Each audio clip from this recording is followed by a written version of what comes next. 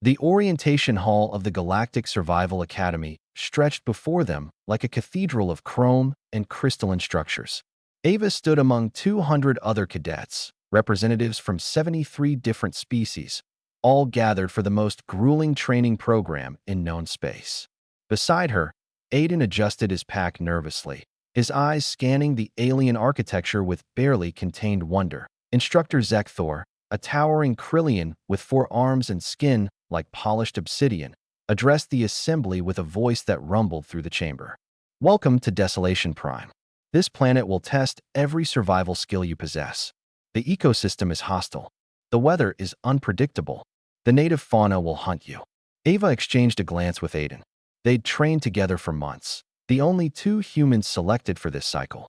While others seemed intimidated, she noticed Aiden was already studying the holographic displays showing the planet's surface. Understand this fundamental truth, Zekthor continued, his multiple eyes sweeping across the crowd. No species survives here alone. You will form teams, share resources, and depend on each other. Isolation equals death. The cadets were transported to the surface within the hour. Ava and Aiden found themselves deposited in a dense, fungal forest where bioluminescent spores drifted through the air like dying stars. The other cadets immediately began clustering together, forming alliances based on compatible biochemistries and shared environmental needs. So, Aiden said, dropping his pack and surveying their surroundings. Isolation equals death, huh? Ava smirked. You heard the instructor. Yeah, but he didn't say anything about what counts as company. 3 days into the exercise, Ava was foraging near a crystalline stream when she encountered the first creature. It looked like a cross between an earth otter and a lizard, with iridescent scales and intelligent, curious eyes. The creature had been caught in some kind of energy snare left by previous cadets, thrashing weakly. Hey there, Ava whispered, approaching slowly. She'd always had a way with animals back on Earth. Her hands moved carefully, deactivating the trap's mechanism. The creature watched her with what seemed like understanding. Once freed, it didn't flee. Instead, it chittered softly and pressed against her leg. You're coming with me, Ava decided. When she returned to their camp, Aiden was already there with 2 creatures of his own. One resembled a 6-legged cat with feathers instead of fur. The other was a small, flying being that looked like a living prism, refracting light in dazzling patterns. Found friends? Ava asked, grinning. Found family, Aiden corrected. This is Prism and Whiskers. And who's your buddy? Haven't named him yet. Maybe Scales. By the end of the first week, their camp had become a menagerie. Ava had acquired 2 more companions. A creature she called Chomper, who looked like a terrestrial hedgehog but could roll at incredible speeds, and Shadow, a being that seemed to exist partially out of phase with normal reality, flickering in and out of visibility. Aiden had bonded with a massive, lumbering creature they nicknamed Tank. It had armored plating and a gentle disposition, perfect for carrying supplies. The other cadets began to notice. When the Krillian team passed their camp during a navigation exercise, they stopped in confusion. Humans, one of them clicked an accented standard. Why do you collect the fauna? They are dangerous. Unpredictable. They're helpful, Ava replied, scratching scales behind what might have been ears. And friendly, once you get to know them. This is illogical. The instructor said no species survives alone. You should join a proper team.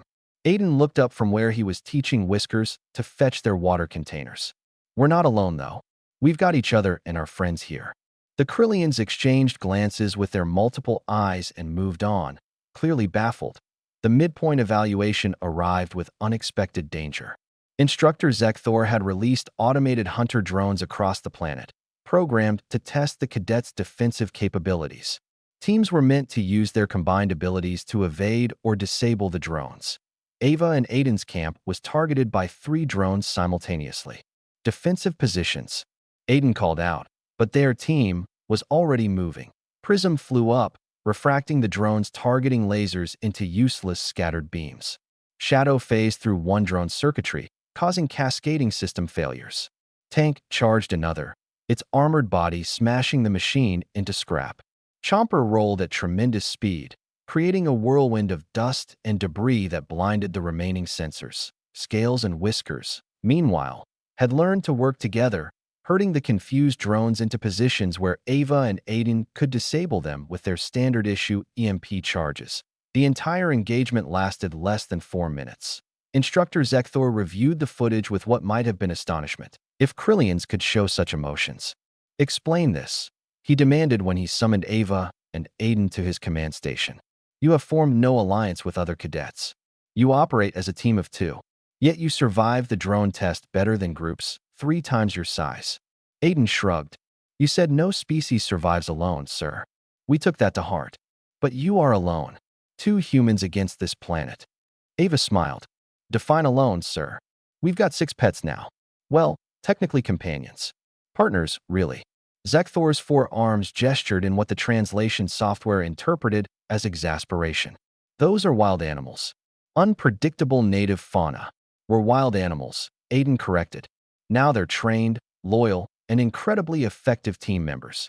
Back on Earth, humans have been forming bonds with other species for thousands of years. Dogs, cats, horses, birds. We have this saying, man's best friend. Turns out it applies universally. This is highly irregular, Zekthor muttered, reviewing their performance metrics. But your survival rates are exceptional. Your resource management is efficient. Your defensive capabilities exceed expectations. That's what happens when you build a team based on trust and mutual benefit, Ava said. These creatures aren't tools or weapons. They're family. By graduation, Ava and Aiden's approach had sparked a revolution in Galactic Survival Academy doctrine. Other species began attempting to bond with native fauna on training planets, with varying degrees of success. None achieved quite the same results as humans, who seemed to possess an almost supernatural ability to earn the trust of other living beings on their final day. As they prepared to leave Desolation Prime, Instructor Zekthor approached them one last time. I have been teaching here for 20 cycles, he said. I have never seen anything like what you 2 accomplished. You redefined what it means to survive together. Aiden grinned, whiskers perched on his shoulder while Tank rumbled contentedly beside him. We're humans, sir. We don't do alone well. We collect friends, build families, and turn strangers into companions. It's kind of our thing. Ava nodded, shadow flickering in and out of visibility around her while Scales, Chomper, and Prism waited nearby. You said no species survives here alone. You were right. Good thing we brought 6 species with us.